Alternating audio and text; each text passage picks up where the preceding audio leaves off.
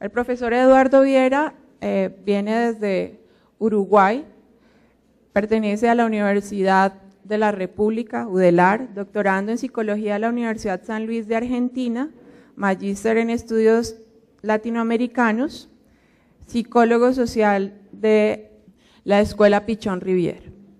Y dentro de su experiencia laboral está coordinador del colectivo de Psicología de la Liberación Política Latinoamericana en Uruguay, coordinador del grupo de investigación del Observatorio de Psicología Política, coordinador del Núcleo de Producción de Conocimiento en Psicología Política Latinoamericana ULAPSI, Unidad Latinoamericana de Entidades de Psicología, y coordinador del Observatorio de Psicología Política Latinoamericana. Entonces le damos la bienvenida al profesor Eduardo Viera. Hola, ¿qué tal? Bueno, darle muchas gracias a la universidad por la invitación, especialmente a la Facultad de Psicología, a amigos y amigas que tengo acá y especialmente a Clara, que creo que de alguna forma es muy responsable de que yo esté acá en este momento y de la apuesta a construir caminos colectivos. Esto que Carlos decía de la construcción de redes, nosotros creemos que es fundamental.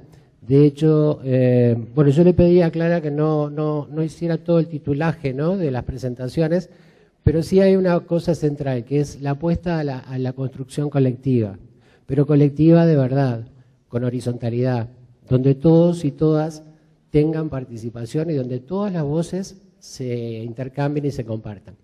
Para que pensemos juntos y juntas, ¿de qué psicología a veces hablamos cuando hablamos de la psicología? Porque bueno, Carlos habló de la psicología comunitaria, social, yo voy a hablar de la psicología política, pero de la psicología política latinoamericana, otros hablan de psicología social. ¿De qué psicología hablamos? También tenemos unos estereotipos. Pensar desde los estereotipos que tenemos, ¿no? Digo, a veces cuando se habla de la psicología siempre se tiene un estereotipo e incluso se psicologiza todo. Y creo que Carlos nombraba una cosa que es bien importante, donde a veces la psicología parece que solo trata del mundo interno. Y parece que ese mundo interno está aislado de todo lo social, de todo lo que vivimos en el día a día. Entonces, un poco lo que queremos es problematizar eso. Eso si en realidad es posible pensar un sujeto aislado, sin pensar en lo social, sin pensar en lo comunitario, sin pensar en el día a día. Por eso, la idea de pensar y de proponer una psicología política y latinoamericana. Y acá viene un ensayo posible de una definición de esa psicología. Y para ser egocéntrico digo definición personal. No es egocéntrico, es para que ustedes sepan que en realidad lo estoy diciendo yo, otros podrían decir de otra manera y toda definición es válida en tanto se pueda confrontar ideas. Muchas veces tenemos miedo a eso también, a confrontar ideas, a poder decir, bueno, yo pienso esto, pero tal vez hay otra forma de entenderlo. Nosotros decimos que es el estudio de la subjetividad. Y ¿saben qué? En psicología yo siento que hablamos todo el tiempo de subjetividad, pero que a veces no sabemos ni qué estamos diciendo con subjetividad. ¿Alguien se anima a definirla? Cobardes. ¿Nadie se anima? Toda gente de psicología, andamos volando con la subjetividad. ¿Qué es? Está, bárbaro, muy buena. A ver, a veces la subjetividad se ha relacionado tanto con el mundo interno que parece que lo histórico, lo social, lo cultural no influye, ¿no? Entonces, yo siempre le pongo un ejemplo a los estudiantes que es, si yo ahora estuviera vestido con un vestido rojo de minifalda además, sería feo, pero igual, y parado sobre la mesa, sería para ustedes algo muy raro, ¿verdad? Capaz que en otras culturas, por lo menos que estuviera de pollera, no sería tan raro. En Escocia, digo, supongo, los escoceses. Entonces, ¿cuánto hay de cultural en lo que aceptamos o en lo que no aceptamos? ¿Cuánto hay de incluso político? Y pensemos incluso en las relaciones entre hombre y mujer, que ciertas cosas se aceptan que los hombres podamos hacer y las mujeres no. Y otras ciertas cosas las mujeres sí y los hombres no. Entonces, lo que decimos es estudio de la subjetividad y los procesos de subjetivación. ¿Cómo vamos construyendo la subjetividad que después es natural? ¿Por qué comemos a la hora que comemos? ¿Por qué nos casamos o no nos casamos? ¿Por qué nos vestimos como nos vestimos? ¿Por qué hablamos como hablamos? Hay una forma que nos va construyendo sin darnos cuenta. Es más, piensen ustedes, nosotros de repente podemos ser críticos de la sociedad consumista y sin embargo somos consumistas. Muchísima cosa. Yo estoy frustrado porque no tengo el último celular, el iPhone. ¿Cuál es el iPhone último? ¿7, 23, 6? Claro, yo tengo una porquería de KT mexicana que no... Entonces, claro, uno se siente frustrado. O la televisión. Antes tener un 23 pulgadas era... 23 pulgadas es... Eso es grande. Ahora hay que tener el LCD de 46, 72, 139. O el auto último modelo, si no, uno no es nada. Este tipo de cosas también van construyendo, o el individualismo, ¿no? Hay que ser, ahora sálvese el que pueda. Eso es un proceso de subjetivación, que va construyendo una cierta forma de ser y estar en el mundo. Por eso decimos que esa psicología política de la que queremos hablar es eso, estudio de la subjetividad y de los procesos de subjetivación, pero implicados en la cuestión social. La definición de cuestión social viene de la época del capitalismo, cuando en realidad se plantea una gran pelea entre el que vende su fuerza de trabajo y el que compra la fuerza de trabajo. Y en general ustedes saben que de casualidad el que compra la fuerza de trabajo gana más plata que el que vende la fuerza de trabajo. Aquello que le llamaban en algún lugar plusvalía. Un señor viejo que se llamaba Marx habló de la plusvalía, cómo de alguna manera el que compra la fuerza de trabajo saca más dinero que el que vende su fuerza. Esa cuestión social se estableció donde el que vendía quería un poquito de más beneficio y el que compra quiere también sacar más beneficio. Y piensen ustedes, la historia de la humanidad ha sido la historia también de los conflictos entre el que tiene y el que no tiene. Y no solo, capaz, entre el capitalista y el obrero, sino entre lugares de un poder y lugares de otro poder, hasta incluso de hombres y mujeres, hasta incluso de tribus. Hasta incluso, bueno, capaz que esto es mentira, ¿no? Pero incluso a veces hasta entre países. No sé por qué, pero da la casualidad que entre los países vecinos siempre hay como peleas. Ustedes no, con Venezuela no tienen ninguna pelea. Se llevan re bien, se quieren. Nosotros con Argentina, pero encantados. Y yo soy feliz cuando me dicen, vos sos argentino, sos porteño, ¿no? Y además el mate es argentino. Ah, me encanta que me digan eso, o que el dulce de leche es argentino, me encanta. Mentira. Me da bronca. Implicados en la cuestión social que involucran relaciones de poder inmanentes a los vínculos humanos. Y esto es una cosa que tenemos que asumir. Hay relaciones de poder todo el tiempo. Y no está mal que existan, ¿tá? Yo me acuerdo que con Carlos, en algún momento que estuve por acá y que discutíamos esto de la red, yo decía, bueno, ¿cómo se construye una red comunitaria y donde el lugar del técnico y del agente comunitario tengan un lugar validado, reconocido, donde el intercambio de saberes sea real? Porque muchas veces los técnicos nos constituimos en los dueños de la verdad y el agente comunitario debe de alguna manera, bueno, aprender a adaptarse a la mejor verdad que decimos nosotros.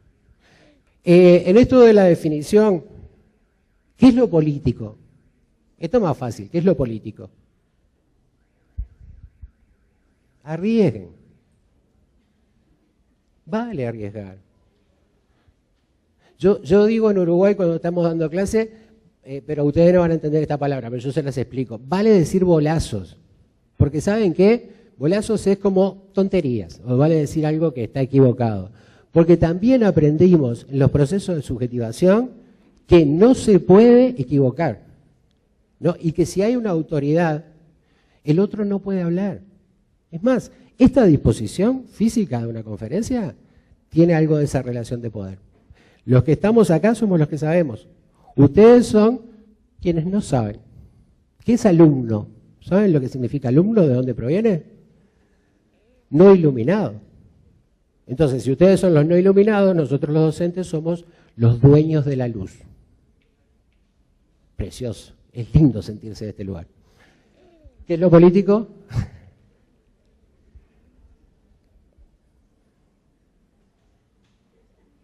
esto que ustedes dijeron exactamente. Relaciones de poder. Lo político es relaciones de poder, sistemáticamente, ¿verdad? Siempre hay una relación de poder. Y piensen ustedes cómo eso se manifiesta, y ahora vamos a ver en un ámbito específico que tal vez se naturaliza la política. Relaciones de poder orientadas a la consecución de un bien preciado, singular, grupal o colectivo. Esa es una definición clásica de lo político. Entonces, a partir de eso, nosotros también naturalizamos lo que es la política. ¿Qué es la política? Yo pregunto porque como viene tan participativo esto, está bueno, ¿no? Para agitar. ¿Qué es la política? La política, nosotros naturalmente decimos que la política es la política de lo que hacen los profesionales. Política es lo que hacen los senadores, los diputados, los presidentes, los ministros. Eso es la política. Nosotros, varios y varias, decimos que no, que la política, hay una política de lo cotidiano. A ver, con un ejemplo. Yo prefiero en botella. Así me hace parecer que es cerveza. Un ejemplo. Sé que en Colombia no hay machismo, entonces por eso voy a poner este ejemplo. ¿No? Vamos a poner que en este caso vamos a poner una pareja heterosexual, puede ser homosexual, no sé, lo que ustedes quieran, pero vamos a poner a Juan y Alicia. Los dos trabajan mucho, mucho. ¿Por qué? Bueno, para llegar a fin de mes hay que trabajar bastante. Trabajaron ese día como 10 horas cada uno y vuelven juntos porque hay que ahorrar también en el transporte. Llegan a la casa, los dos muy cansados. Y claro, había quedado todos los platos, la vajilla del día anterior. Hay que limpiarla. Pero justo juega la selección colombiana contra Argentina. Y arriba Colombia. Y claro, que es normal que Juan se siente a mirar el partido, ¿verdad? Y Alicia, ¿qué tiene que hacer? Lavar los platos, ¿no? Es lógico. Es más, si Alicia se pusiera a mirar el partido, vendría otro hombre y le dijera, ¿por qué no te vas a lavar los platos? ¿No? Es parte de la lógica. Esa naturalización la tenemos todo el tiempo. Y es más, cuando se critica el machismo y el feminismo, en muchos casos, se ve que en realidad las primeras constructoras de lógicas machistas son las propias mujeres. Y pensemos en la educación. La educación en muchos está marcado por mujeres que reproducen las lógicas de dominación que después critican. Es más, esto voy a decir una cosa terrible donde las feministas se van a enojar. Algunas feministas han sido tan tontas que han luchado por sus derechos y han ganado todos los privilegios que teníamos los hombres de morirnos antes, de sufrir más tensiones, de sufrir más trabajo, de exponernos más y todavía, además, siguen teniendo las funciones de mujer. Ahora tienen las funciones de hombre y de mujer. Empezaron a fumar más, a tomar más, tienen más presión, se mueren antes del corazón. Esa es la lógica de liberación. Nosotros decimos que no, que capaz que hay que pensarlo mucho más. Que a veces hay como una cosa expuesta de lo que está bueno y que capaz que hay que desnaturalizar un poco más, problematizarlo un poco más. Por eso decimos, la política es también pensar lo cotidiano, lo que hacemos en el día a día. Ahí se construye política. Y acá por eso viene otra definición personal. Nosotros que decimos que política es la gestión de la vida. ¿Cómo gestionamos la vida? Cada día. Por lo que hacemos, por lo que no hacemos o por lo que dejamos que nos hagan. Piensen ustedes lo que fue Gandhi en la India, ¿sí? De alguna manera una estrategia cotidiana, de la vida cotidiana, generó una fuerza de resistencia impresionante. Y fue también una forma de hacer resistencia civil sin batalla, pero estaba haciendo mucho, y en lo cotidiano. Por ahí. Psicología política. Nosotros decimos que es una actitud, más allá de lo teórico, más allá de lo metodológico, es una actitud ante la vida. Es una actitud que significa un compromiso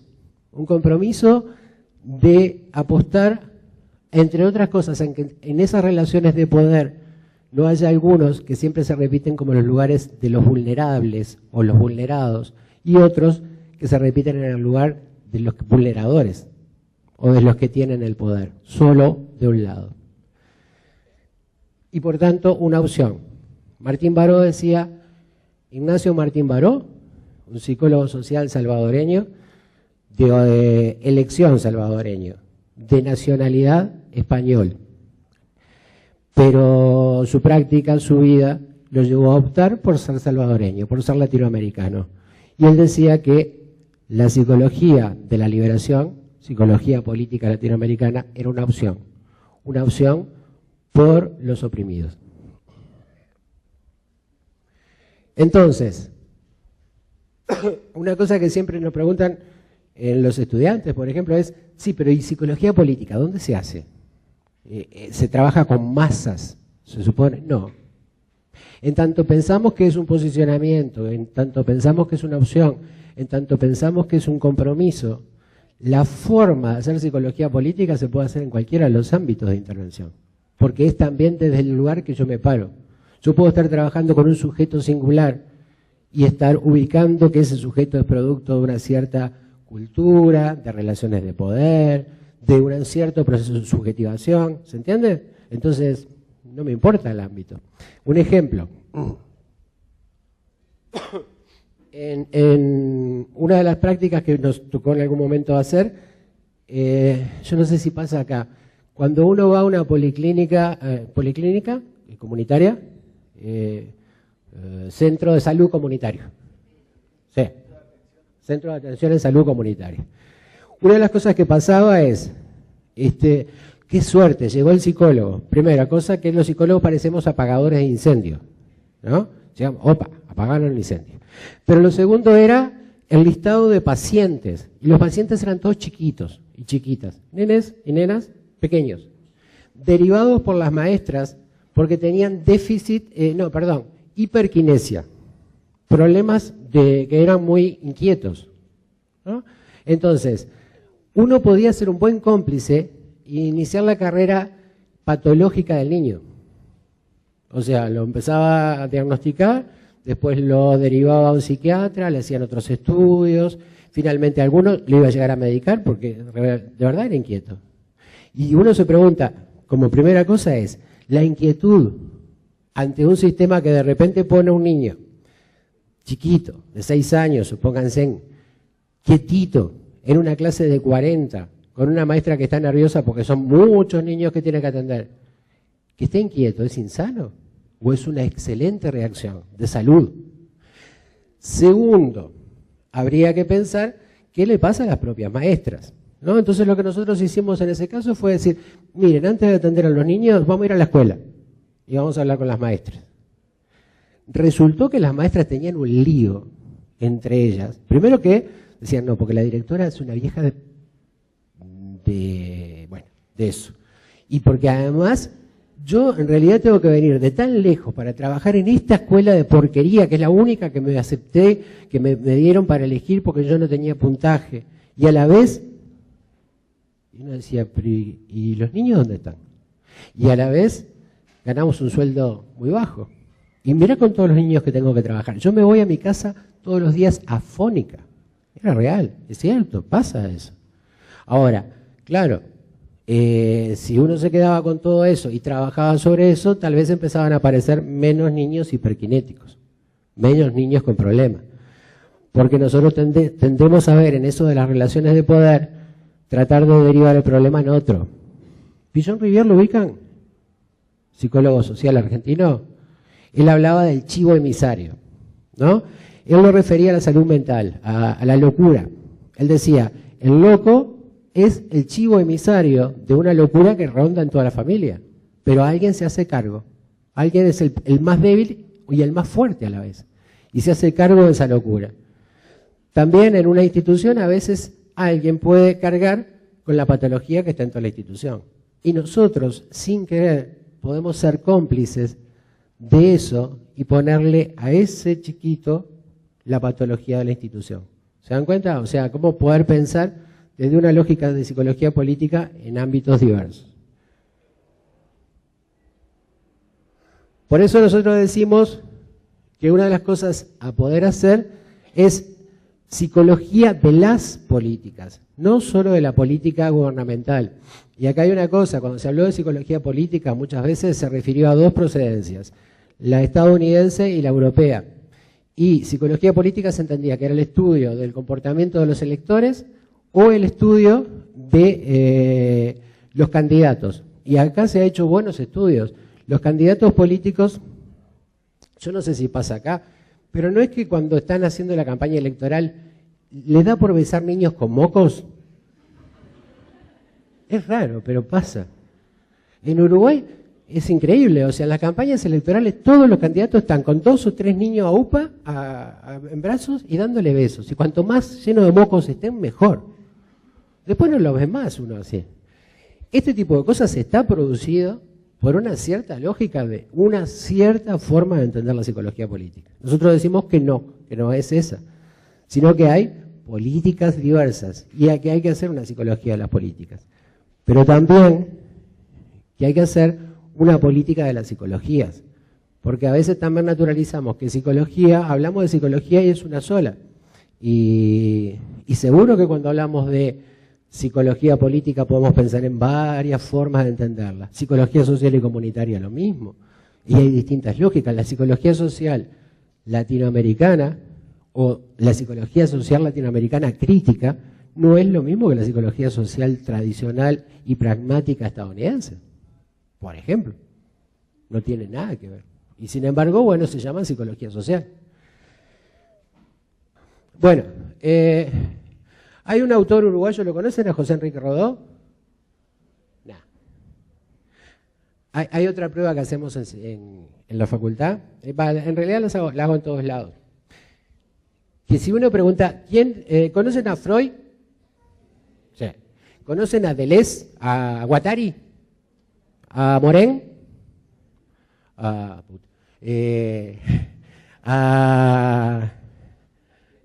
Piaget, a Vygotsky. Claro, Vygotsky, ¿quién no lo conoce? ¿Conocen a Joel Vázquez? No. ¿Sí? ¿Quién? No. ¿A Julio Caroso?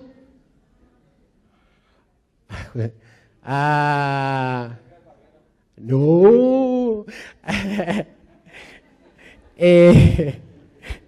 Hay una prueba en general, para no nombrar más ejemplos, de que cuando nombramos a autores del norte, en general, o autores digamos, del extranjero, sí los conocemos, autores latinoamericanos muy poco.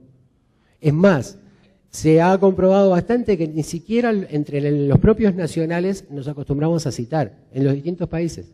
Es mucho más bueno, más sólido, si uno dice, según como dijo Foucault, que según como dijo Martínez. ¿No? Martínez es pobre, una cosa así. Entonces, José Enrique Rodó, que es un autor uruguayo de literatura, que escribió, entre otros, un famoso libro que se llamó Ariel, decía que nosotros sufríamos de nordomanía, los latinoamericanos. No, todo tiene que ser referido al norte. Y tanto es así, fíjense, que cuando empieza la competencia para sumar méritos, tenemos que publicar en revistas indexadas, y da la casualidad que las que están más arriba en el ranking son todas del norte.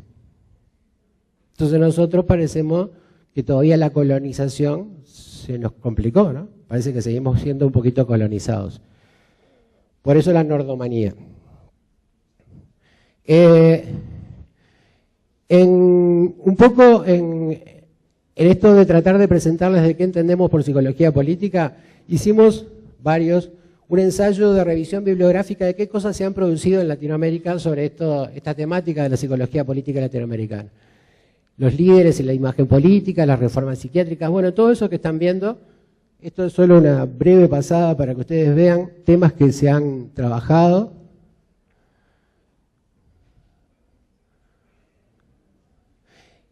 Les aclaro que esto que sube y baja así, me costó un montón hacer el jueguito ese, y después no me salió tan bien. Pero no hay prioridades. Pero hay una cosa que, por ejemplo, acá sí me interesa como comentar con ustedes. Una de las cosas que se ve que hay mucho en psicología latinoamericana es el estudio de las identidades.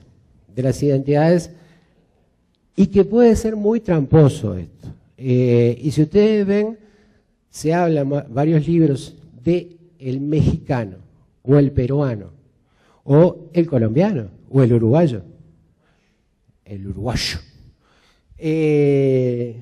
Y en realidad, capaz que eso también es una técnica de opresión, sin darnos cuenta.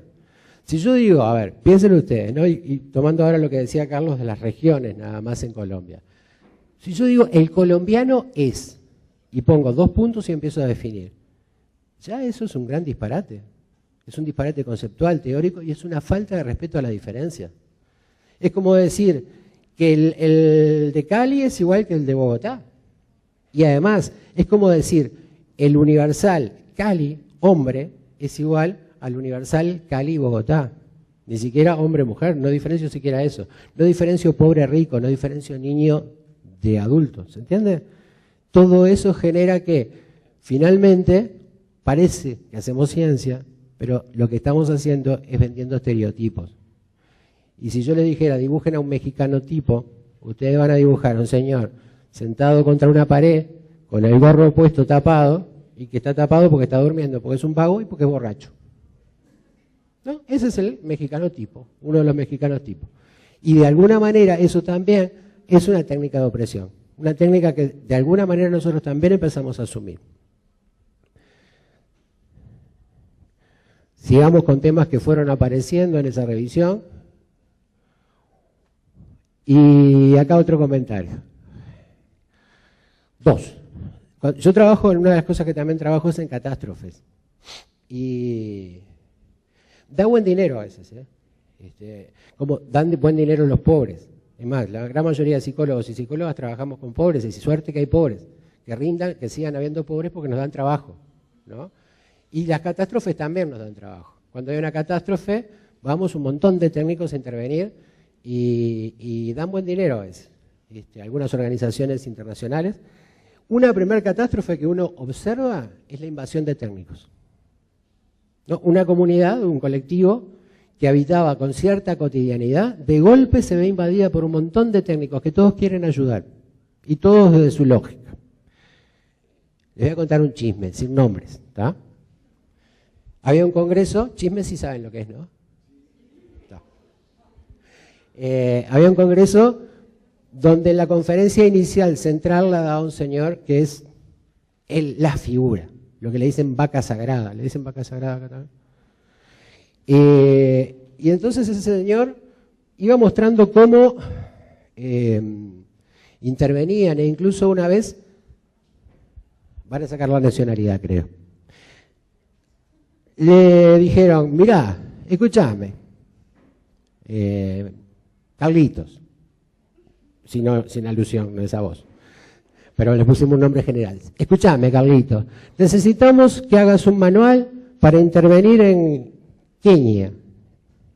Y él dijo, sí, escúchame, si vos me traes todos los técnicos mejores del mundo, me sale italiano, ¿no?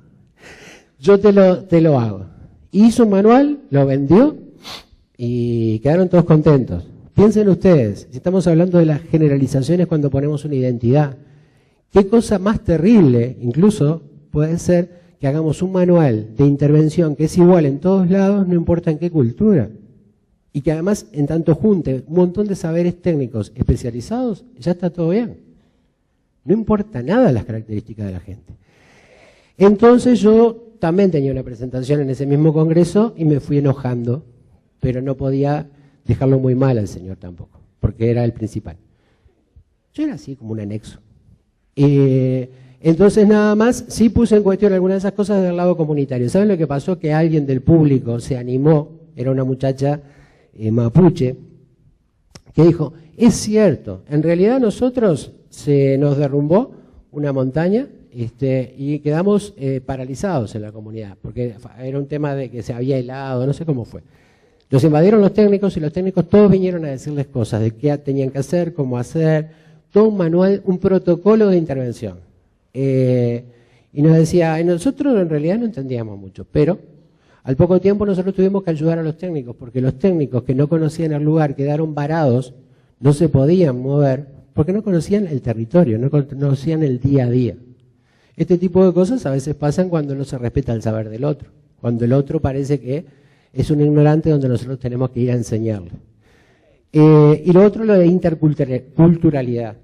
A veces la interculturalidad puede ser algo así como cercano a mi cultura es la hegemónica y la tuya se tiene que adaptar.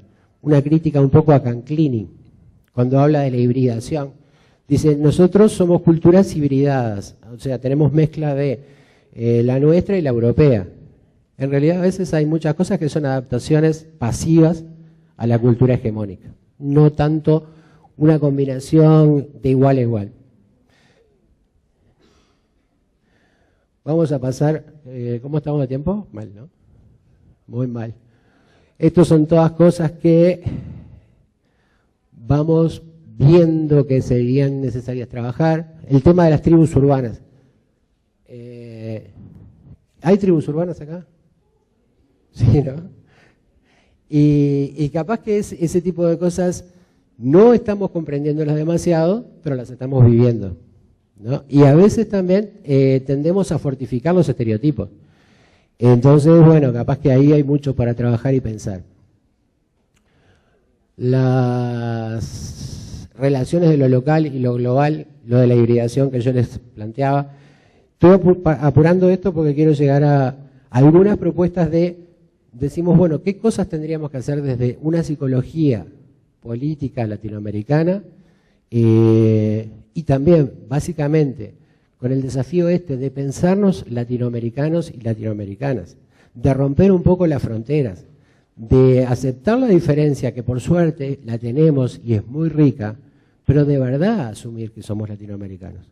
Nos ha costado mucho, e incluso los acuerdos que hemos hecho son acuerdos mucho más comerciales que reales. El Mercosur, el famoso Mercosur, es fundamentalmente comercial. Tiene muy poco de aquella vieja expectativa de algunos de decir, integremos Latinoamérica en serio. Una de las cosas que nosotros definimos como eje en la universidad nuestra fue trabajar con la ciudad. ¿Por qué? Porque si ustedes piensan en nuestras ciudades latinoamericanas, crecen cada vez más en mayor cantidad, porque el campo se va vaciando. Distintas cosas, ¿no? Digo, ustedes saben que acá las formas de vaciarse del campo no han sido solo por lo comercial, sino fuertemente por la guerra. Pero en los países donde de repente Uruguay, que no tiene ahora esos problemas, sí el agronegocio, sí el vaciamiento del campo porque no es productivo y allí ya tenemos lo que tenemos es muchas vacas, ¿sí? Y las máquinas suplantan a los pocos que trabajaban. Y todo es una gran invasión en las ciudades. El pico y placa famoso que viven ustedes acá es también símbolo de eso, ¿no? De decir, estamos superpoblados en las ciudades. Pero también lo que se observa en todas las ciudades es la fragmentación. Algunos en unos territorios y otros en otros territorios. Creo que acá hay estrato 1, 2, 3, 4, 5, 6, ¿no? ¿6? 7 y 8. Bueno. Después se van a empezar -1, -2 también. Y que en realidad es parte de lo que se observan de verdad en muchas ciudades. La franja más pobre que vive en la periferia cada vez crece más. Porque si ustedes ven, nuestro continente es el más desigual del mundo. Muchos dicen, no, pero África. No, África es más pobre, pero el nuestro es el más desigual del mundo. Muchos que no tienen nada y unos pocos que tienen todo. Y eso se observa en las ciudades. Se observa también en la expulsión de la gente, lo que se llama gentrificación. Un ejemplo claro ahora fue el Mundial de Brasil. ¿Se acuerdan cuando empezaron a vaciar las favelas? Porque entre otras cosas eran molestas, algunas para construir los estadios, pero otras por el turismo. Es feo ver gente fea. En Uruguay, cuando vino el Papa hace muchísimos años, pusieron toda publicidad en una ruta donde, claro, al lado de la ruta lo que hay es asentamientos, gente muy pobre. Y como iban a pasar las cámaras y iban a mostrar, y no quedaba lindo que Uruguay mostrara a gente pobre, pusieron unos carteles inmensos que tapaban todo eso. Este tipo de cosas las estamos haciendo en la ciudad. Y entonces nosotros trabajamos con la lógica del derecho a la ciudad. Eso lo decía Lefebvre por allá por el 68. Y decía, todos y todas tenemos el derecho a toda la ciudad, no a pedazos de ciudad. Y en general, si ustedes piensan, manejamos pedazos de ciudad, no toda la ciudad. Y no solo los pobres y los ricos, mujeres y hombres, incluso discapacitados y capacitados. ¿Cuánta ciudad los discapacitados no pueden usar? Porque no se pueden mover. ¿Cuántas instituciones no se pueden usar? Porque no se pueden mover. En nuestra facultad hace poco, no demasiado tiempo, pusieron una forma de que un discapacitado que no podía caminar pudiera acceder a los pisos superiores. Si no, no podía estudiar, simplemente por eso. Entonces, trabajamos con la lógica del derecho a la ciudad. Y en esa lógica de trabajar con el derecho a la ciudad, trabajamos con una problemática que consideramos emergente y que cada vez más es el discurso político, un discurso fuertemente armado y un discurso que hace que nos preocupemos cada vez más de distintas lógicas, la inseguridad. Yo creo que Uruguay es el país más seguro del continente en este momento.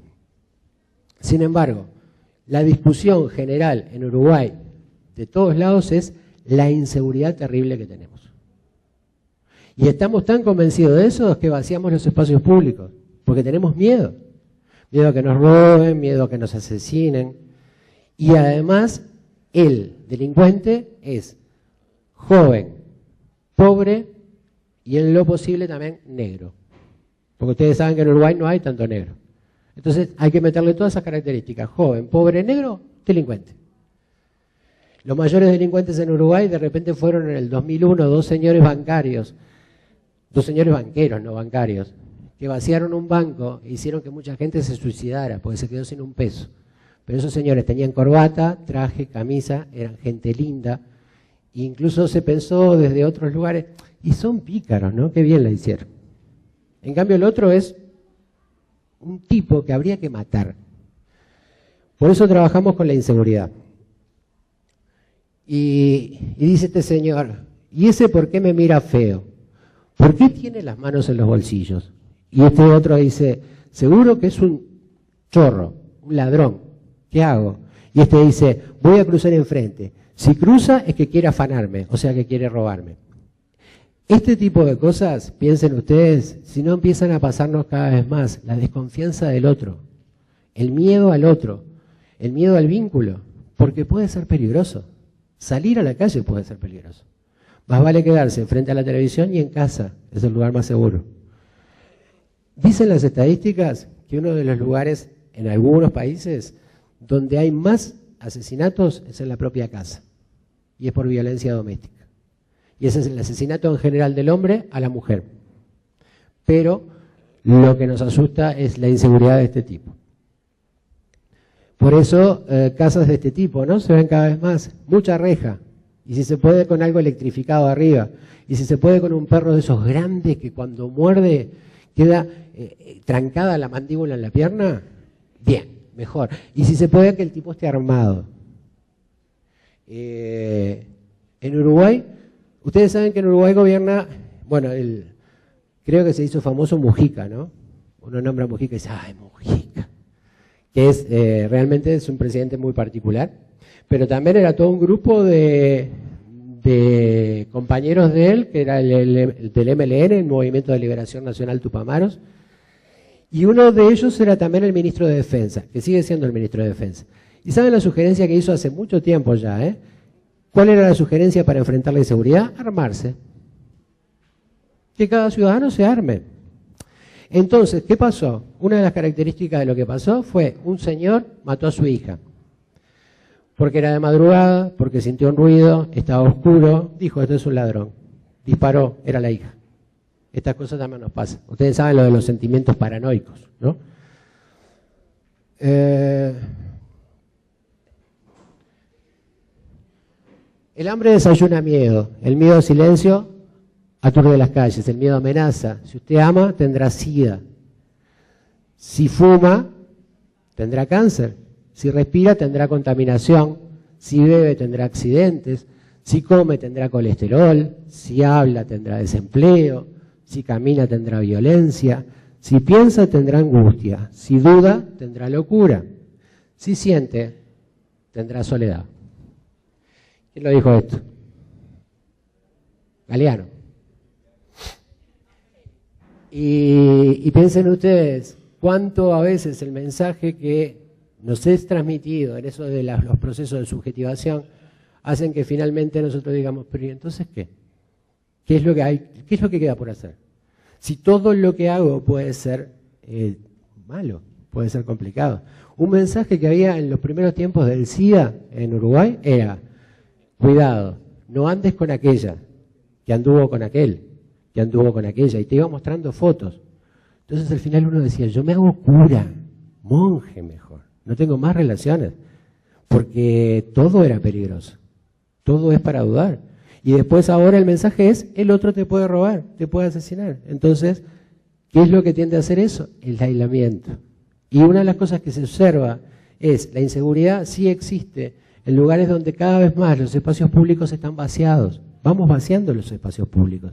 Y vamos vaciando, algo que Carlos hoy traía, en esta convocatoria a lo colectivo, vamos vaciando los espacios colectivos.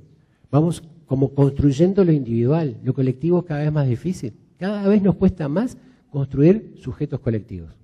Esto que es fundamental. Si queremos transformar, ¿cómo hacemos si no construimos lo colectivo?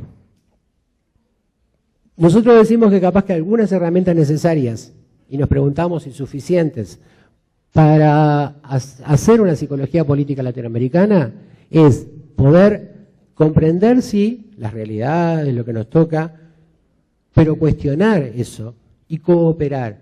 Cooperar en el sentido de operar con el otro, no operar para el otro, no ir a hacer asistencia, no ir a ser los buenos de la película. Incluso tener una cosa que se llama humildad, que es bien difícil. Algo así como aceptar, y algo que traía Carlos hoy, que era la IAP, la Investigación Acción Participativa propuesta por Fals Borda, significa mucha humildad. Significa aceptar que el otro sabe, que el otro te puede cuestionar y que años de universidad no garantizan que seamos los dueños de la verdad. Y está bravo eso, ¿no?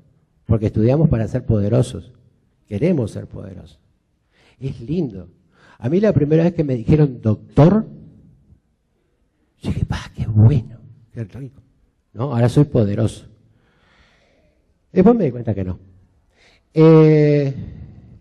Esto de transformar el sistema mundo productor de víctimas, hay un autor que también, ¿ven? Él eligió ser costarricense por opción, que se llama Franz Hinkelamer, y él decía, el sistema en el que vivimos naturalmente va a producir víctimas, va a producir los pobres, va a producir los vulnerados, va a producir lo loco, va a producir el desempleado, va a producir la asesinada en violencia doméstica, va a producir el alcohólico. ¿Por qué? Porque es parte de una cierta lógica que construye eso. Entonces, lo que nosotros decimos es, bueno, pero cuestionemos ese sistema y tratemos de transformarlo. Una de las cosas que empezamos a perder en la psicología es la idea del psicólogo como agente de cambio. Parece que el psicólogo lo que tiene que hacer es reparar gente. Y fíjense en que las procedencias históricas de la psicología han sido dos. Adaptar gente para la guerra y mejorar gente para el trabajo. Esas fueron las demandas históricas que nos hicieron a nosotros. Desde ahí nace la psicología como ciencia. Y ahí mostró que era científica. Podemos mejorar a la gente para que vuelva a la guerra, las neurosis de guerra las curamos, y estudiamos cómo sacar el mejor partido a un obrero, poniéndoles luces, haciendo una serie de cosas para que mejoren su rendimiento. Entonces, en esta lógica de transformar el sistema mundo, ¿se acuerdan que hablábamos de opción? Bueno, nosotros decimos opción por las víctimas. Y acá es, algunos dicen, sí, es ideológico eso. Sí, totalmente. En tanto conjunto de ideas que hace a tomar una decisión. Yo opto por las víctimas, opto por aquel que tiene menos herramientas para defenderse, opto por aquel que en cierta forma e injustamente fue colocado en el lugar de víctima. Porque si hay víctima hay un victimario. Y sí, seguramente, como decía Paulo Freire, en cualquier relación de opresión y de dominación hay que trabajar en el vínculo. Porque también el opresor está atrapado en una lógica que lo hace ser opresor. Y piensen ustedes en las relaciones de violencia doméstica, no es uno solo la víctima, el otro también, por más que es el que ejerce la violencia, también está atrapado y necesita de esa persona para tener un vínculo. Desnaturalizar, esto lo decía Martín Baró, tenemos muchas cosas como naturales, es así porque es así. ¿Tienen alguno de ustedes seguramente sobrinitos, hijos, vecinos de 3 años? ¿Vieron los nenes cuando empiezan a preguntar, ¿y por qué el sol sale de tal lado? Porque el sol en realidad da un círculo por toda la Tierra y al final asoma de este lado. ¿Y por qué da un círculo alrededor de la Tierra y sale por este lado? Bueno, porque en realidad la Tierra es redonda. ¿Y por qué la Tierra es redonda? Entonces uno llega a un momento de desesperación que le dice, ¿por qué sí? ¿Verdad? Cuando uno dice porque sí, eso es cuando empieza a ser la naturalización. Hay que aceptar las cosas como yo las digo porque son así. Entonces, en eso piensen ustedes cuántas cosas en nuestra vida cotidiana tenemos naturalizadas. Son así porque son así. Entonces, por eso yo les preguntaba hoy, ¿por qué nos vestimos como nos vestimos? ¿Por qué comemos a la hora que comemos? ¿Por qué tenemos una idea de lo que es la familia? Que fue cambiando, ¿verdad? Históricamente. Pero antes uno decía, dibujaba una familia, cualquier niño dibujaba mamá, papá, nene y nena. Eso era familia. Ahora ya empiezan a aparecer papá, papá, nene, nene, nena, nena, nena y mamá, y se armó un lío bárbaro. ¿Pero por qué? Porque había una naturalización de una forma de ser familia. Y así como eso, otras naturalizaciones. Entonces, decimos, una herramienta básica es desnaturalizar.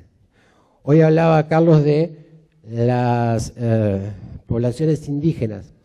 Y yo también tenía un lío bárbaro con eso de llamarlos indígenas o no, hasta que acá en Colombia algunos me dijeron, mira, hasta lo reivindicamos. Algunos, ¿no? Me dijeron, hasta lo reivindicamos dándole otro sentido. Dije, nosotros igual seguimos hablando de poblaciones originarias en este sentido de que eran los que estaban acá cuando la colonia vino.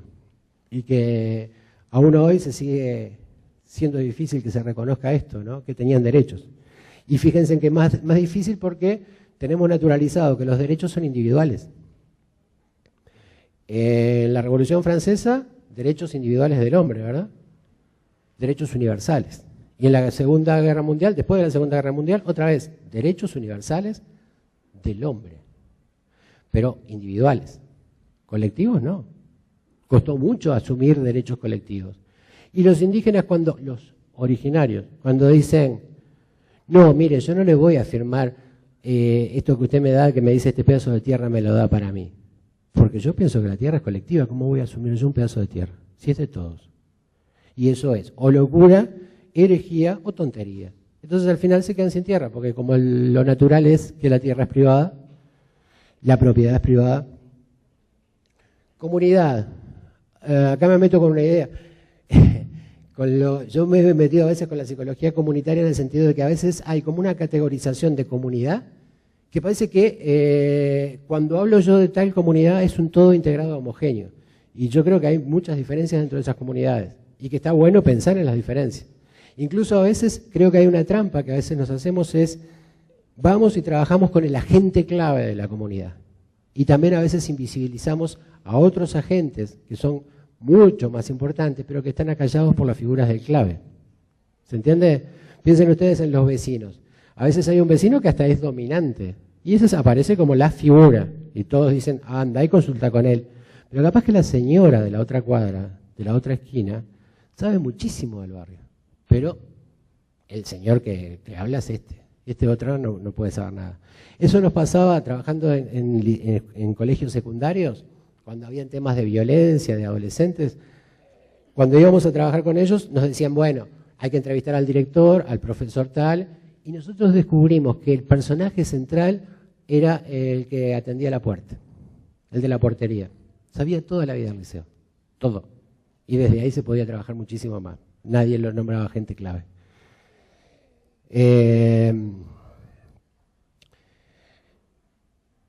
Esto de generar alertas, tal vez a los psicólogos lo que menos parece que nos tenga que convocar es pensar, bueno, ¿qué está pasando con el sistema mundo en que vivimos? ¿No? Donde se dice se va a terminar el mundo. Y hay un sistema de extracción de bienes naturales que finalmente tenemos que asumir que el mundo se termina. Y que además las catástrofes crecen. Fíjense en la cantidad de inundaciones, erupciones y todo lo demás, como además siempre los que más afectados son los de siempre, los más pobres. De esas casualidades del destino siempre pasa eso. Entonces, ¿qué trabajar con todo esto? Por eso decimos, entre otras cosas, generar alertas. Y creemos que es una función nuestra, poder generar alertas desde esta lógica de lo que podemos aportar como psicólogos, no como meteorólogos, ni biólogos, ni químicos, como psicólogos. Revisar la formulación de problemas. A veces hemos estado tan atentos a querer ser una ciencia que hasta aún hoy seguimos peleando por eso. Entonces hemos defendido tanto la noción de objetividad que nos hemos perdido de definir los problemas que de verdad existen en nuestros pueblos. Hemos hablado de problemas absolutos y generales. A ver, vamos a hablar con un ejemplo. Vieron que Freud trabajaba con mujeres, entre otras las mujeres histéricas, ¿verdad? Era una de las neurosis que él trabajaba más fuertemente, se hizo famoso con eso. Primero, no había hombres histéricos. Y yo soy varoncito, yo soy bastante histérico, ¿no? Como primera cosa. Y segundo, nosotros después fuimos trabajando en toda Latinoamérica con las características que Freud designaba de lo que es una neurosis. Las características físicas, las características psicológicas, toda la historia. Nos olvidábamos que Freud vivió en Viena en otro siglo y que trabajó con un tipo de mujer que era la mujer burguesa. No era la mujer pobre.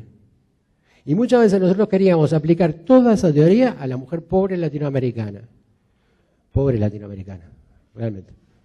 Entonces, bueno, poder revisar esa formulación de problemas y asumir que el conocimiento es histórico. Fíjense en cuántas verdades entre comillas, en un momento hicieron llevar preso o quemar o internar en un manicomio a los científicos que la dijeron. ¿Cuántos? Einstein era considerado retardado mental. Querría ser yo tan retardado mental como Einstein. En realidad, en todo caso, asumir que el conocimiento es histórico, que es social y que mismo la realidad. Y fíjense en una cosa que es terrible. Las ciencias, nosotros que somos más, se supone, más espirituales, más sensibles, quienes realmente cuestionaron lo de las ciencias, lo de la realidad como verdad absoluta, fueron las ciencias duras. Fueron la física, la química, que dijo la realidad es una construcción histórica. ¿Ven este Cephalopoulos andromucus? El Cephalopoulos andromucus que tengo acá en la mano. ¿Lo ven? ¿No? ¿Nadie lo ve? Bien, yo sí lo veo. ¿Por qué? Porque en realidad es una partícula de polvo que estaba acá adelante. No estoy diciendo que estaba sucio esto, había una partícula. Pero, en tanto el nombre se lo doy yo solo, no existe. ¿Se entiende? Al existir solo para mí no existe. Y piensen ustedes cuántas cosas en la historia de la humanidad no existieron hasta que le dieron un nombre. Se asombra mucha gente cuando yo digo, miren, el individuo no existía antes. Y no existió hasta que la ciencia habló del individuo. Los niños no existían. Fue una categoría que se construyó cuando se necesitó entender lo que era ese sujeto distinto, chiquitito, que hasta otro momento era uno más. ¿No? Entonces, la construcción de los conceptos, las categorías, es una construcción que también es política. Y fíjense para que vean cuán política es la construcción. La homosexualidad, en un momento, en el DSM, ¿sí? Que siempre junta las patologías designadas, decía que era una patología. La homosexualidad era una patología y nosotros los psicólogos y psicólogas tratábamos con eso. Hasta que el movimiento gay creció en poder político. Fueron cada vez más y se manifestaron en las calles y eran votos. Y ahí, de casualidad, la ciencia descubrió que la homosexualidad ya no era una enfermedad, era una opción. Uno dice, hay algo raro, ¿verdad? O como esto de la hiperquinesia que le contaba de los niños, vieron que el psiquiatra que habló de todo eso, antes de morirse dijo, yo lo inventé. ¿Supieron eso? El psiquiatra dijo, en realidad eso fue un invento. O lo que hizo un señor como Alain Sokal, que era un premio Nobel de Física, Y una de las cosas que aprendemos en nosotros de chiquititos es que cuanto más difícil hable alguien, más sabe. ¿No? Entonces cuando vamos a un congreso y no le entendimos nada de lo que dijo el otro, decimos, no entendí nada, pero debe saber montones. Por algo no entendí. O cuando vamos al médico y nos dice, usted lo que tiene es, y lo que cuando nos dice no sabemos nada, pero como lo dijo él, hacemos lo que él nos dice, ¿no? Eso también es una construcción social histórica de cierta forma de dominación y de poder. Y piensen ustedes cómo la vamos naturalizando y aceptando, es así. Entonces, esto, asumir la ciencia como práctica social, no hay una ciencia que era casi como la religión. Lo que decía la ciencia era como lo que decía Dios. La ciencia es una práctica social y como tal también un conjunto de creencias, lo más sistematizada y rigurosa posible, pero creencias al fin. Entonces, lo que nosotros decimos es, uno de los desafíos que tenemos es crear teoría, no tanto sobre las debilidades. Estamos acostumbrados a teorizar sobre las debilidades y no sobre las fortalezas de la gente. Y tal vez eso es importante poder trabajar. Inventar problemas, visualizar escenarios futuros. No estudiar pobres, sino las causas que generan la pobreza. Porque si no, lo que siempre estamos haciendo es aliviando el síntoma, pero nunca curando la enfermedad. Y eso también es una opción. Y tenemos que hacernos cargo, por lo menos hacernos cargo, de que eso es lo que elegimos. ¿Tá? Quedarnos con los síntomas. Cuestionar los estereotipos, por ejemplo, el del delincuente es el pobre, joven, negro. Generar dispositivos, esto tiene que ver mucho también con lo que dice Boaventura de Sousa Santos. Él habla de la sociología de las ausencias. Y él dice, hay una sociología que remarca lo que existe y parece que eso es lo real. Pero hay un montón de cosas que han quedado en la invisibilidad. Piensen ustedes en una cosa que es casi, yo les diría, endémica en toda nuestra historia latinoamericana. Si ustedes van a la historia latinoamericana, la gran mayoría de héroes que nosotros festejamos son todos hombres. Las mujeres no existieron. En todo caso eran segundonas, ¿no? O le llevaban el caballo, le llevaban las flores, le daban el mate, el café, pero no eran héroes. Hace poco en Uruguay, esto de Mujica y todo lo demás, fueron lo que se llamó en aquel tiempo los rehenes de la dictadura. Fueron 9 compañeros que en realidad sufrieron la peor prisión, aislamiento total y todo lo demás. Hasta ahí siempre estuvo naturalizado en la historia de Uruguay que ellos fueron los rehenes. Hace poco apareció que hubieron rehenas, mujeres, que vivieron la misma lógica de prisión. Pero ni siquiera entre los más progresistas de Uruguay se había anunciado. Es natural que la mujer no se nombrara. En esto de construcción de ciudadanía, miren, nosotros hay palabras que empezamos a asumir tan naturales y las repetimos y las repetimos y parece que nos entendemos todo. Cuando hablamos de ciudadanía, en algunos casos nosotros decimos, hay ciudadanos y hay gente que ni siquiera es ciudadana. Porque no tienen derechos, no existen. Fíjense ustedes y piénsenlo, si todos tenemos los mismos derechos, de verdad. Es más, ya existe el derecho de admisión en muchos lados, ¿verdad? En las ciudades cada vez empieza a aparecer más. A este lugar, si estás vestido de tal manera, ya te vamos a decir, mejor andate. A este otro lugar, si estás por ahí, seguro te vamos a, capaz que llevar preso por las dudas, porque seguramente sos un delincuente. Entonces, todos somos ciudadanos.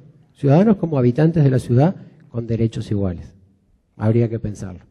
Entonces, capaz que también pensar en las nuevas formas de violación de los derechos humanos. Siempre se pensó en los derechos sociales, políticos, económicos.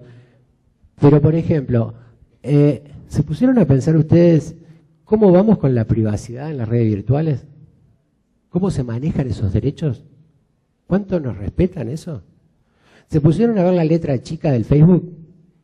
Yo no la vi, no la miro tampoco, pero ¿cuánto de esos derechos se están violando? Ni nos preocupamos. Es como hoy Clara, cuando presentó, dijo indisciplinar, yo quiero tomar de vuelta ese término. Primero, interdisciplinar la disciplina, y era un poco la propuesta de Carlos. No podemos trabajar ya solos y aislados pensándonos como la psicología abstracta y pura, no podemos. Es más, no podemos ni siquiera solo con disciplinas académicas, tenemos que pensar con todos los saberes. Pero también un poco indisciplinar la disciplina.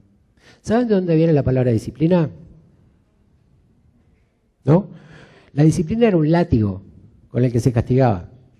Si ustedes van a Google, hay que googlear ahora, si van ahí, van a ver que incluso está la foto de lo que es la disciplina. Es un látigo. Es un látigo con el que se castigaba al niño o a la niña cuando no aprendía. Eso se llamaba disciplina.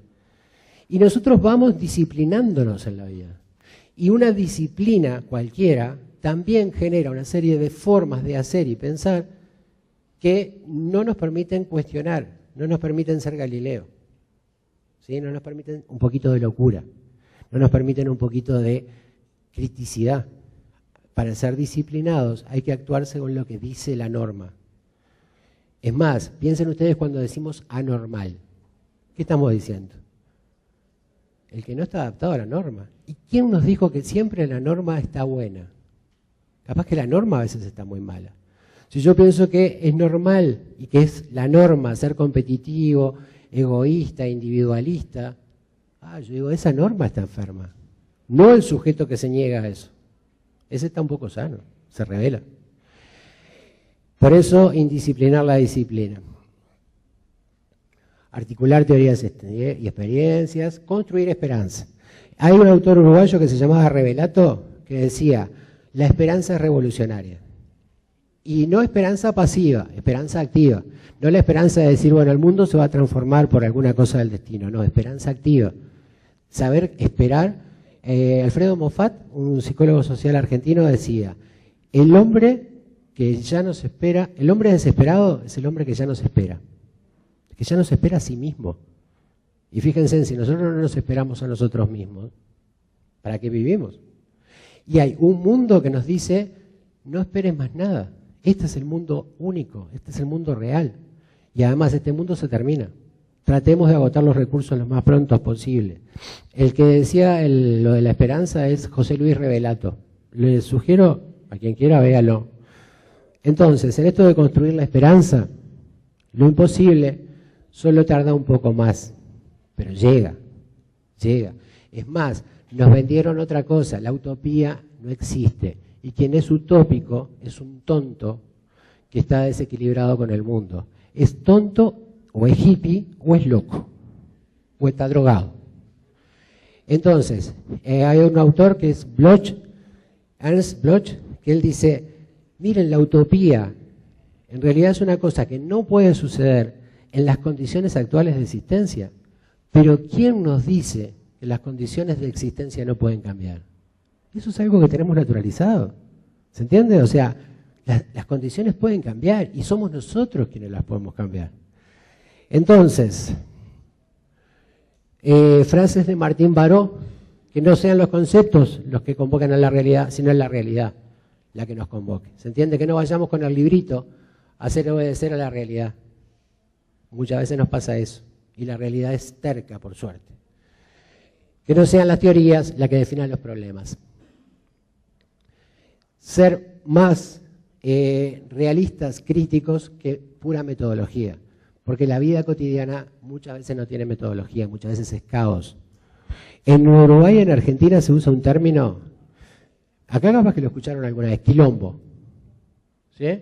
Cuando uno dice en Uruguay o en Argentina esto es un quilombo, esto es un desorden, es un caos, es un disparate, hay que ordenar. Y en realidad la procedencia de quilombo viene de los libertarios negros, brasileros, o sea, los esclavos negros que se escapaban, se metían en la selva y regulaban su vida en una forma donde no había líderes. Todos se juntaban en lo que le llamaban el quilombo, que era un espacio colectivo común. Claro, para nosotros, eso es un desorden. Tiene que haber líderes, tiene que haber representantes, tiene que haber alguien que gobierne y los gobernados. Otra frase de Baró decía que no nos preocupemos tanto por explicar el mundo, sino por transformarlo. Porque podemos ser preciosos redactores de tesis, pero si nos quedamos en eso, somos un poco hipócritas, incluso de hecho un poquito cómplices. Y fíjense en esta frase, que no se puede decir que mientras los hombres viven su vida hacia adelante, nosotros, profesionales de la salud mental, nos conformamos con recorrerla hacia atrás. Vamos a ver nosotros, a ver, ¿cómo sería el vínculo con su mamá? seguro, de acá viene la conflictiva. Y esa señora no vive ni en un barrio, no tiene un trabajo, no tiene un montón de cosas más. Y además se proyecta hacia adelante. ¿Cuántas personas disparan en los psicólogos porque dicen, se pone a hablar de mi pasado y yo quiero ver hacia adelante qué hago? Habrá mentes sanas, libres y creativas en nuestro país, decía Martín Baró, en la medida en que gocemos de un cuerpo social libre, dinámico, justo. La Organización Panamericana de la Salud ha tenido líos hasta ahora para definir qué es salud. En un momento dijo completo bienestar, y cuando dijo completo bienestar marchó, porque estábamos todos enfermos. ¿Se dan cuenta? Porque nadie tiene completo bienestar. Y fíjense en que a veces nosotros sentimos que estar sano es estar carente de enfermedad. Y después a veces los psicólogos pensamos que estar sano es estar bien con uno mismo. Como que el uno mismo no incluyera todo eso social, cultural, político, económico, que nos hace del día a día.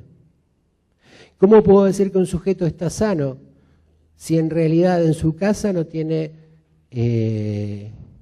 un mínimo lugar para dormir si hace frío? ¿Cómo puedo decir que un sujeto está sano si en realidad vive desesperado, escondiendo su dinero porque tiene miedo que se lo roben?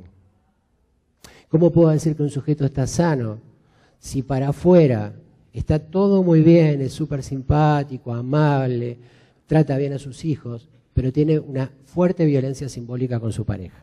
Ni siquiera le pega, la domina, la controla. Hasta incluso la castiga con el patrimonio, la maneja con el patrimonio. Le dice, si vos te vas, te quedas sin plata. Y ustedes conocen casos de eso. ¿Está sano? Entonces, bueno, pensemos eso desde ese sujeto más integrado. Lo que hablábamos de la esperanza, que nosotros decimos que es revolucionaria, que construye y que de alguna manera en este momento es una demanda urgente de los sujetos singulares y colectivos, y que también tenemos que apropiarnos de poderla construir nosotros. Sin esperanza, decimos nosotros, es imposible. Sin utopía, lo que queda es resignarse. Y ahora pensemos entre todos los que de alguna manera integramos esto que Carlos hablaba también de las redes. Sin vos, ¿para qué?